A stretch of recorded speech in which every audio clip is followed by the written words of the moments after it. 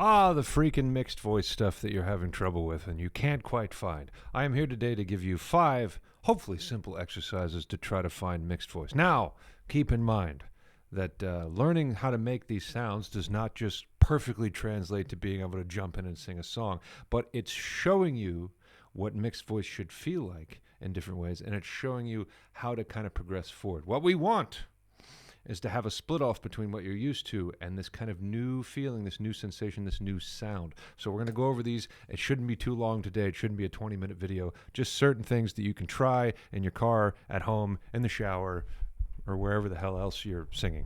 Okay, so the first exercise number 1 is a pretty simple one that I've gone over a bunch of times. I'm going to call it the going around the ball exercise. We start off with a chest voice sound, and we go to a hooty head voice sound. Head voice can be considered hooty because it is. So if we go oh, hoo, we're going to be learning how to connect those. In a way, it feels like we're taking the resonance of chest up to a certain degree, and then we're having the muscles of head come down and envelop that and pull it up. So without getting too crazy, this is what it sounds like. Oh, and we are making sure we go through our bridge. So right there, you're hearing me transition through my bridge.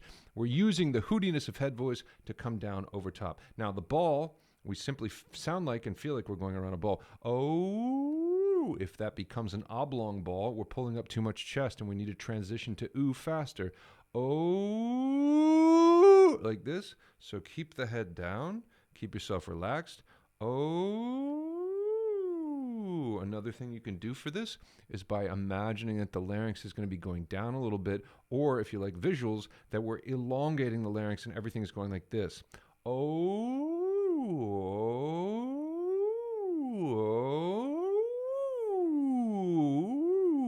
So we want to kind of create that seamless transition.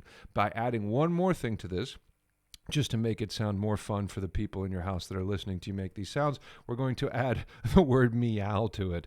If you've worked with other vocal coaches, you'll know that stuff like this does work. It does help. So stick with me.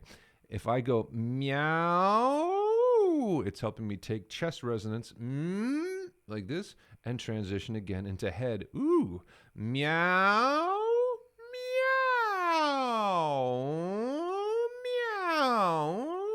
So that is simple exercise number 1, around the ball. Let me know how that works for you. That would be considered mostly open throat or elongating the vocal tract. And if you want to learn more about your voice and put some of these pieces together, especially in terms of your foundation and how all this stuff works, you can join my free vocal course, which is in the pinned comment or the description.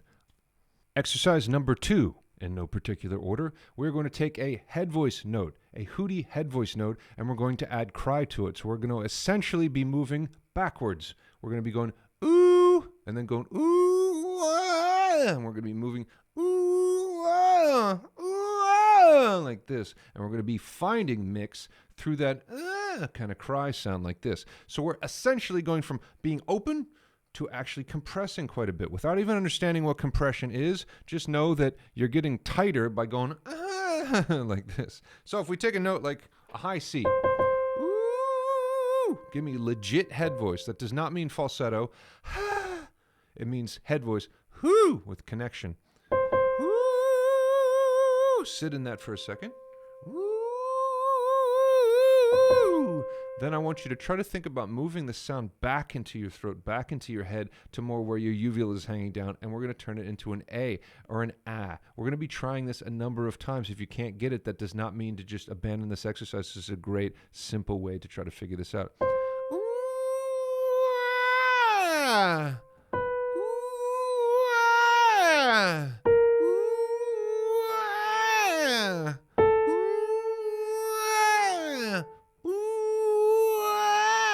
You hear how I'm going ooh from the front placement to backwards. Ooh ah, ooh ah. Ooh ah. Ooh ah. Now, if you're starting to find some connection there, it is a great thing to do to then take those sirens up and down. Try to take, I feel like I'm using dental floss on a patient. Try to take your dental floss and move back and forth. Ooh ah.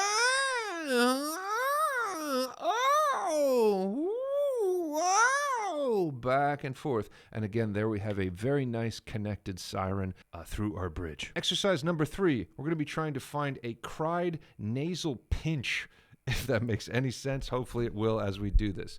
As I get close to my bridge, something is going to give. We're going to have to change something. Hopefully you've realized this by now by studying a little bit of these mixed videos. But as I approach my bridge is F sharp 4. Something has to change for me to be able to do that correctly, for me to be able to essentially mix. In that way, I can become nasal. As I become nasal, there is a thinning out of the voice. The voice is being funneled into a smaller space. As I utilize that smaller space, I should start to feel a muscle group almost overtaking that sound. And I'm going to show you with and without so you can kind of hear and hopefully try to feel this. And I'm going to give you a couple different ways to try to feel that. But if I take you right literally through my bridge, I'm going to do it correctly first, very quietly.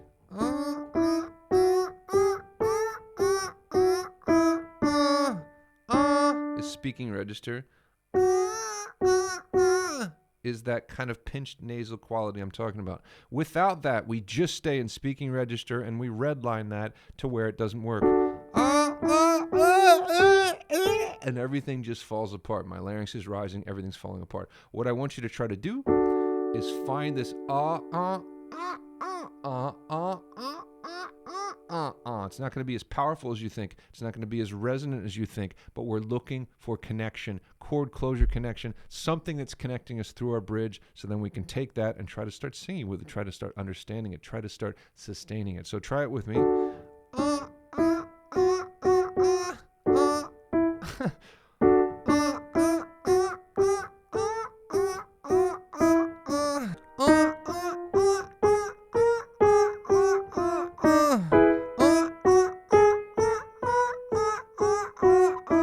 Now let's try it down here really quick, where it's not right at your bridge, but arriving at your bridge, possibly, or close to that, for at least for me as a baritone.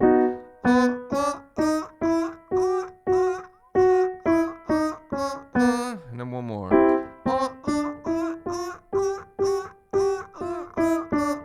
One more thing with this kind of practice is you can take UNG, very French kind of sound, like this, and I want you to try to imagine the opening that is where your uvula is hanging down, the opening between your head voice and chest voice that's connecting your sinuses to your chest resonance like this.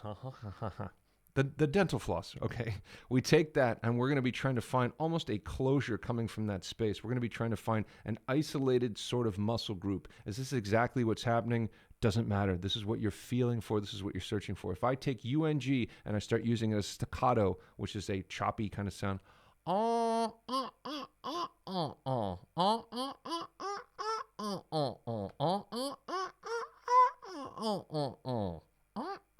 without that, again, it would be which is so completely in my throat. So try to find that and see if you can get a connection. Exercise number 4 requires you to start thinking about airflow. And if you can't think about airflow, we're going to use a straw. The next exercise, we're going to think more about airflow, but right now we're going to use a straw. Find yourself a straw, a juice box straw, a coffee stirrer straw, might be too small. Who the hell knows? We don't need special ones to do this. We just need a straw, and we can limit the airflow that we are breathing out or utilizing. So I have a straw here. It happens to be a little bit too big, but it's fine. If I start using sirens with a straw, similar to O to U, I will start recognizing very quickly what is working and what's not. If I go, instantly you can tell with my face and the sound of it that something is not working. If I literally just go from head voice to chest voice to head voice, that is much more indicative of learning how to mix than the previous one. So first of all, no air is coming through the nose. The more I can limit this and make it smaller, the more it actually will work a little bit with back pressure.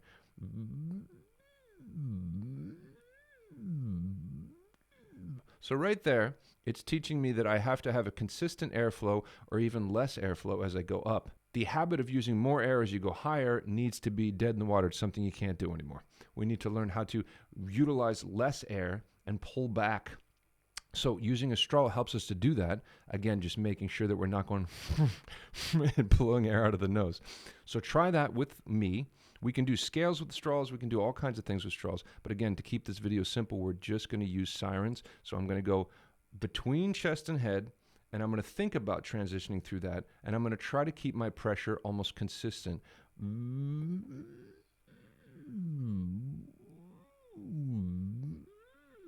Again, now if I do that incorrectly, and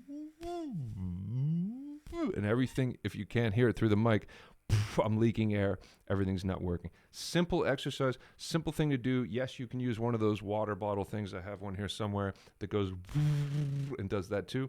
If at all costs you do not have any straws, you can try to do this with something like your lips pursed, or even maybe like this. This is why people do this all the time. An incorrect siren with that would be, and your lips just start vibrating more and more erratically. And the last one, which is more fun and ridiculous, and I get to talk in silly voices, which is something I like doing. I recently talked about this thing where we were talking about the New York O. So I was talking a little bit like Sandy. What are you doing, Sandy? My sister. Did you say something about my sister? This kind of thing like this, which is just fun for everyone. If I take that, I realize that I am not only favoring being a little bit more nasal up here, but I'm also starting to pull back my airflow, and I'm starting to think about that. So I don't need you to talk in that voice, but I want you to become aware that when we are mixing, we are using less air.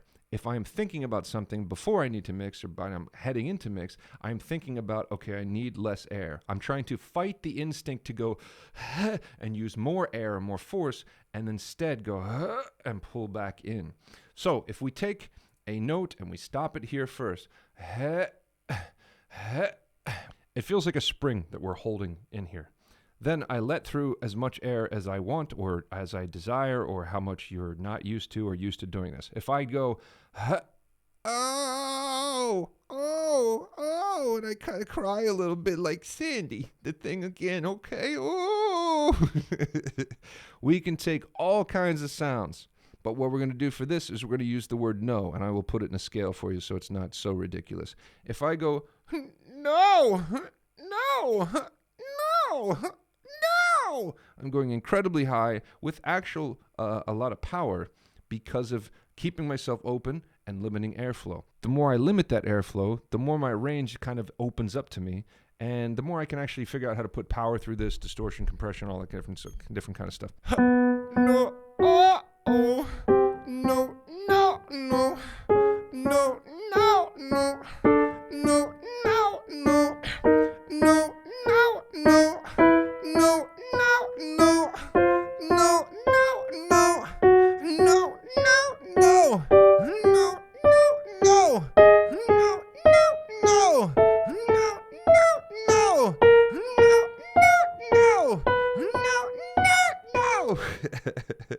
So that is a quick exercise. Come back to it at different times. Try to remember some of these so you can practice them in your car, practice them wherever you're kind of learning this stuff. And keep in mind at the end of the day to give yourself time to learn these things and to kind of figure them out. Learning how to make a sound does not mean that you can go enunciating through it, because you're going to run into a whole bunch of other problems, just like I did and just like many of us did. But learning these sounds and practicing them separate from your regular practice, separate from your regular voice. You have your regular voice, your tried and true thing that you understand, and then you have some of these weird things, these segmented, separate things. Practice them as separate things. Don't keep worrying about if they're perfectly aligned and sound like the rest of your voice and all this kind of stuff. Just separate them and make funny noises and have an exciting time with it. Try to be inspired to sing songs you would never have sang, and learn how to drive that weird vehicle, however dumb it sounds. Then eventually it will open up and reveal itself to you, and you'll be able to kind of marry your voice together in ways that you probably would have never imagined. Thanks for following along here. If you have things that you're trying to learn about, or you have things that you're fighting with or whatever, I have a free vocal course you can join by the link in the description or the pinned comment. I'd be happy to see you over there, happy to hear from you. Thanks for joining me.